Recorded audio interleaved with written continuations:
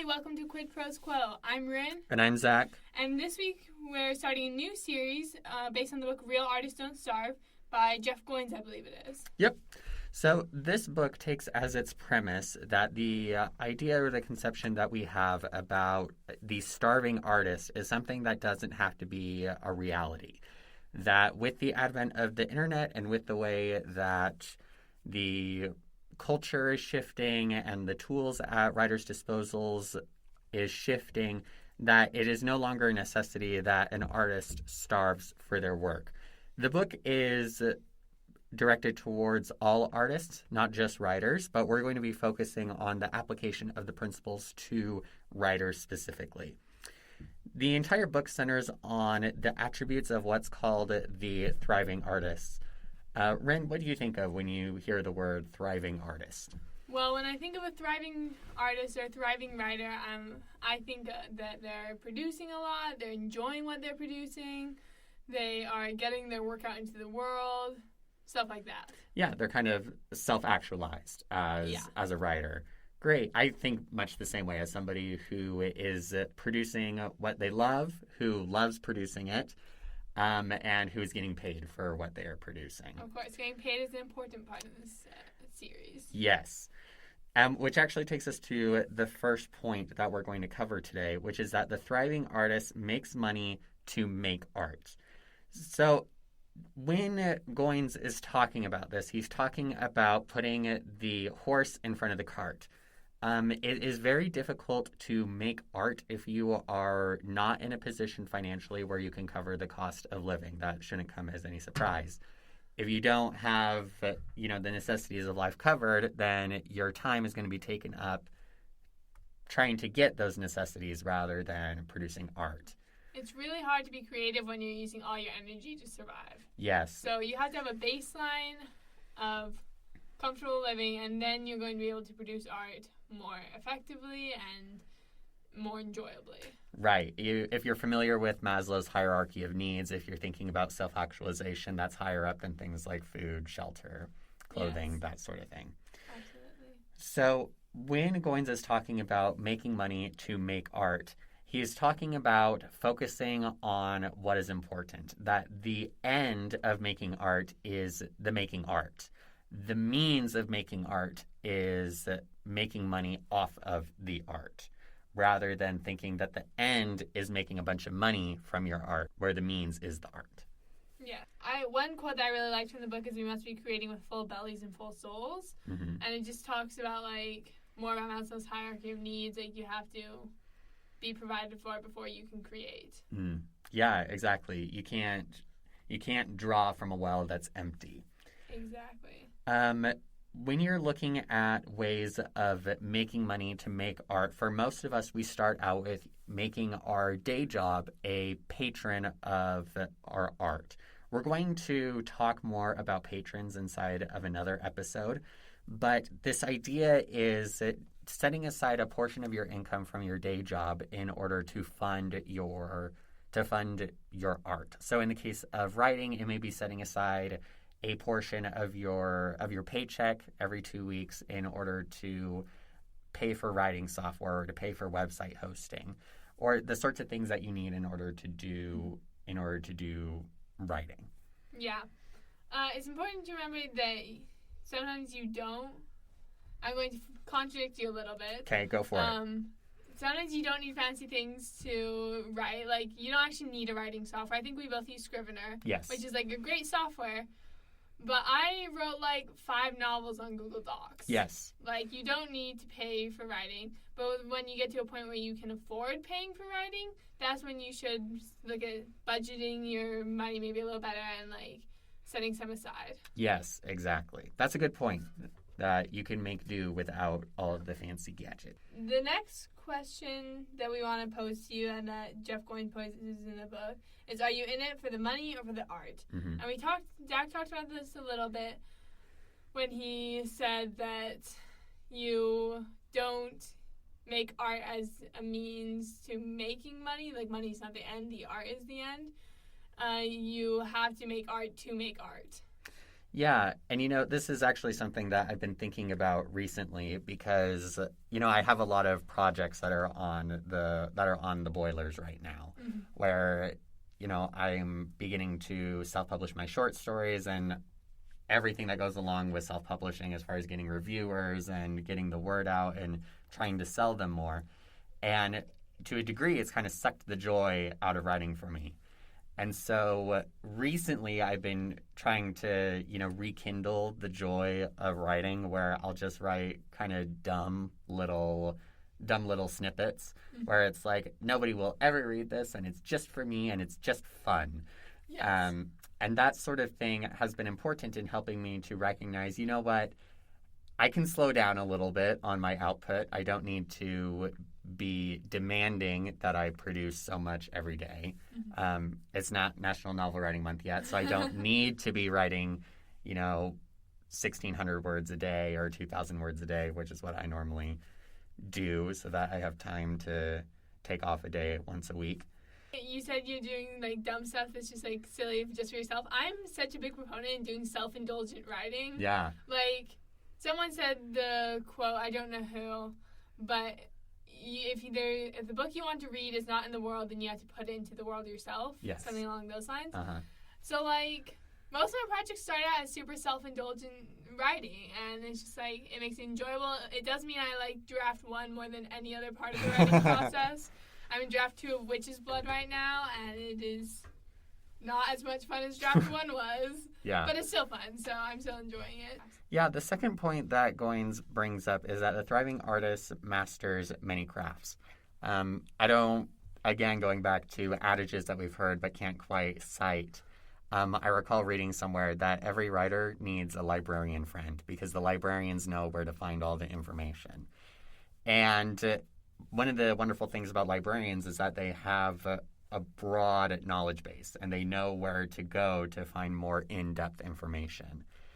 As a writer, it's pretty likely that you're going to be digging into topics at a level that exceeds what you're normally used to, whether you're writing realistic fiction or whether you're writing science fiction or fantasy fiction, whatever it may be. You're going to have to be doing some research for your projects, and in the process, you're going to learn a lot to the point where you may have read more books about the ways that governments collapse than the average person, and you kind of become an expert in that. Not that you have a degree, but in that you're familiar with the concepts. Yes, because you have to be familiar enough with what you're writing about. The average person, you seem knowledgeable, but to an expert, it's plausible. Yes. But, like, it's not necessarily expert level. So we've talked about research, but you can use other skills inside of your writing. Some of the things that I personally have used are role-playing and game design, where sometimes I'll step back and say, how would I do this if I were running a session of my favorite role-playing game? I actually did this past weekend where I was trying to figure out, okay, I have like 4 different plot lines that are going on inside of this story. How am I going to handle all of them? And I was thinking about a mechanism that I use when I'm DMing inside of a role-playing game, of using these timers and thinking, oh, well, if I create a timer for each of these subplots, then I can lay it all out, and then I can go through with, my note cards, and I can interweave them so that it's an interesting, varied adventure. Yeah, absolutely. I've never used the timer method specifically, but I do use index cards where you can arrange like the multiple timelines. A lot of the things that go into being a good dungeon master are really important for writing, where you're thinking about, I don't want to spring a trap on my players without them knowing and having a chance to avoid the trap. So I need to foreshadow the trap. Which when you think about inside of a writing case, you're like, oh, of course there needs to be foreshadowing for the trap. So game design is also helpful. And then things that can enhance your work and kind of add a richness to it are things like music composition, drawing. I have zero, absolutely no talent with drawing, but it is really helpful when you're trying to do like a character study or drawing a map or whatever that may be. Yeah, I was at a writing conference a couple of months ago, and one of the like hosts of the writing conference, and this goes back to our previous point about like using money to patronize your art. Yes. She every time she like hits a really big writing milestone, she commissions art of her characters. Oh, that's awesome. And I'm like, I need to start doing that. Like, I want official art of my characters, please and thank you. Oh, that's fun. Yeah.